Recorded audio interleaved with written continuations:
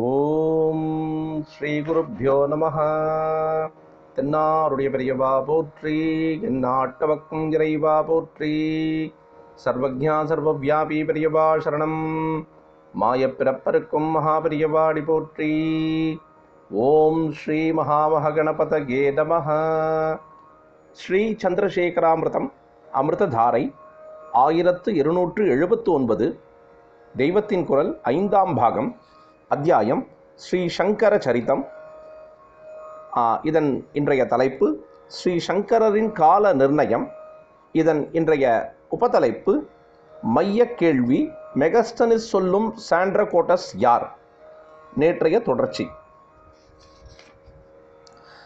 ஆக குப்த வம்ச சந்திரகுப்தனே மெகஸ்தனிஸின் காலத்தவன் என்றால் அதற்கு முற்பட்ட நம்முடைய சரித்திர நிகழ்ச்சிகள் எல்லாமே சுமார் 1000 வருஷம் முந்தி போய்விடும்.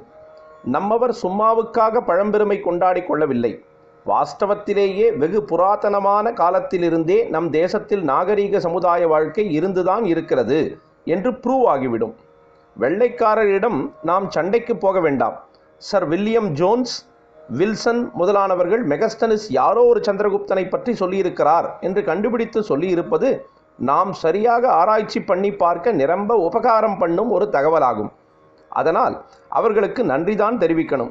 மேற்கொண்டு அவர்கள் சொல்வதை காரணம் கேட்காமல் நம்பிவிடும் அசடுகளாக நாம் இருப்பதுதான் தப்பு. அவர்களை வைய வேண்டாம். நம் தேச சமாச்சாரம் பிரத்தியார் சொல்கிறார்களே, சரியாகத்தான் சரியான நோக்கங்களோடு தான் சொல்கிறார்களா என்று நாம் தான் ஆலோசிக்க வேண்டும். குப்த வம்சத்து சந்திரகுப்த விக்ரமாதித்யன் காலத்தில் ஃபாஹியான் என்ற சீன யாத்ரீகர் வந்து எழுதி வைத்திருக்கிறாரே, அதனால் அவன் கிபி 4-5 நூற்றாண்டுக்காரனாகத்தான் இருக்கணும். அவனை எப்படி கிமுவுக்கு கொண்டு போவது என்று கேட்கலாம். வேடிக்கை என்னவென்றால், அந்த கிபி பீரியடில் அந்த ஃபாஹியான் இங்கே வந்து முழுசாக 6 வருஷம் பௌத்த ஸ்தலங்களுக்கு யாத்திரை பண்ணிக்கொண்டு அந்த மத நூல்களை சேகரித்து கொண்டு அப்படியே பிரயாண விவரங்களை எழுதி வைத்திருப்பது வாஸ்தவம்தான். ஆனால் அவர் அப்பொழுது இங்கே இருந்த எந்த ஒரு ராஜாவை பற்றியும் எதுவுமே சொல்லவில்லை. சந்திரகுப்தன் என்ற பெயரோ வேறு எந்த ராஜா பெயரோ அவருடைய நோட்ஸில் காணப்படவே இல்லை. பௌத்த விஷயங்களில்தான் அவருக்கு இன்ட்ரெஸ்ட். அதை பற்றியே முக்கியமாக சொல்லும் பொழுது இங்கே இருந்த சமூக வாழ்க்கை பற்றியும் குறிப்பிட்டிருக்கிறார்.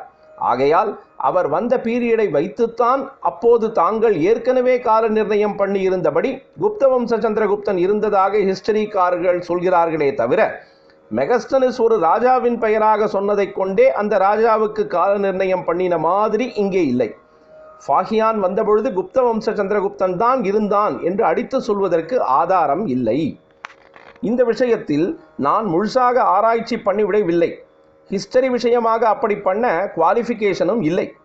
அதனால் ஹிஸ்டரி ஸ்காலர்களாக இருப்பவர்கள் இதை நன்றாக அலசி ஆராய்ந்து பார்க்க வேண்டும். பெசாவாடாவை சேர்ந்த கோடா வெங்கடாச்சலம் என்பவர் இதிலே சற்று ஆழமாக பார்த்து சாண்ட்ரகோட்டஸ் குப்த ராஜாதான், மௌரியன் இல்லை என்று முடிவு செய்திருக்கிறார். பிற்பாடு அவர் ஒரு அத்வைத மடத்தில் சந்நியாசியாக ஆனவர். மயிலாப்பூர் ஆயுர்வேத காலேஜை சேர்ந்த கேஜி நடேஷ சாஸ்திரி என்பவரும் ஆராய்ந்து பார்த்து இதே முடிவுக்கு வந்திருக்கிறார்.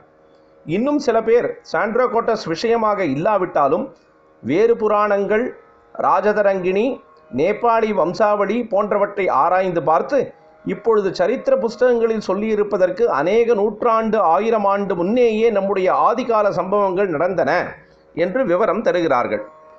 குப்தர்களில் முதல் சந்திரகுப்தனுக்கு பிள்ளையாகவும் 2ஆம் சந்திரகுப்தனுக்கு தகப்பனாராகவும் இருந்த சமுத்திரகுப்தன் தான் சாண்ட்ரகோட்டஸாக இருக்குமோ என்று எனக்கு ஒரு அனுமானம். சந்திரகுப்தன் என்பதில் முதல் எழுத்து ச. மெகஸ்தனிஸ் சொல்லும் சாண்ட்ரகோட்டஸில் முதல் எழுத்து ச. சமுத்திரகுப்தன் என்பதுதான் சாவில் ஆரம்பிக்கிறது. கிரீக் முதலிய மேல்நாட்டு பாஷைகளில் ச ச வித்தியாசம் நன்றாக தெரிகிற ஒன்று. ஒரு பெயரில் முதல் எழுத்தாக வருவதையே மெகஸ்தனிஸ் தப்பாக கேட்டுக்கொண்டிருப்பாரா? அலெக்சாண்டர் காலத்து கிரீஸ் தேசக்காரர்கள் அப்போது க்சாண்ட்ராம்ஸ் என்பவன் பாடலிபுத்திரத்தில் ராஜாவாக இருந்ததாக சொல்லியிருக்கிறார். அது யார் என்று நிச்சயம் பண்ண முடியாவிட்டாலும் இங்கே க்சாண்ட்ரா என்பது சாண்ட்ரா இல்லை, க்சாண்ட்ரா, சந்திர என்பதைத்தான் என்று ஆராய்ச்சிக்காரர்கள் சொல்கிறார்கள். மெகஸ்தனிஸோ சாண்ட்ரா என்று சொல்கிறார். மெகஸ்தனிஸ் நம்முடைய புஸ்தகங்களை பார்க்காமல் ஜனங்களின் பேச்சு வார்த்தைகளை கேட்டுத்தான் எழுதியவர். வார்த்தையின் நடுவில் வரும் உயிர் மெய்யெழுத்துக்களை பேசிக்கொண்டு போகும் அவசரத்தில் மெய்யெழுத்துக்களாகவே குறுக்கி விடுவது சகஜம்தான். அதிலும் நம்முடைய பெயர்களை வெள்ளைக்காரர்கள் சொல்லும் பொழுது கேட்கவே வேண்டாம். திருவல்லிக்கேணி ட்ரிப்ளிகேன் என்று வரும்பொழுது வள்ளி என்பது ப்ளீ என்றும் கேணி என்பது கேன் என்றும் ஆகிவிடுகிறது அல்லவா? இப்படி சமுத்திர என்பது நம்முடைய ஜனங்களின் பேச்சு மொழியிலேயே சந்திர மாதிரிதான் ஒலித்திருக்கும். இம்மு இத்து என்பதை விட இந்து என்று வருவதே நம்முடைய பாஷைகளின் இயல்பு.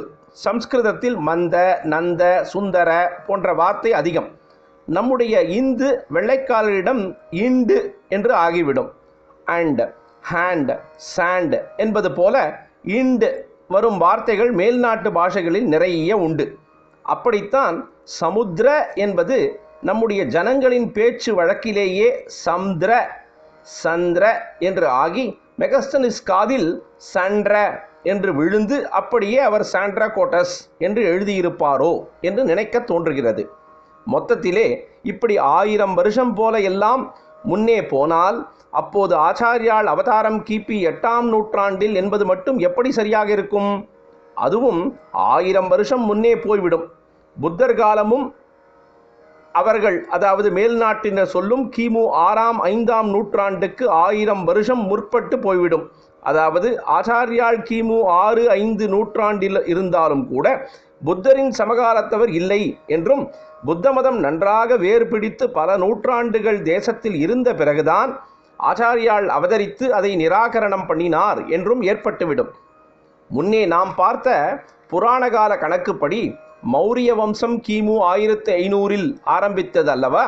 அதற்கு சுமார் 300 வருஷம் முன்னாடி பிம்பிசாரன் இருந்ததாக மத்ஸ்ய புராணத்திலிருந்து தெரிகிறது.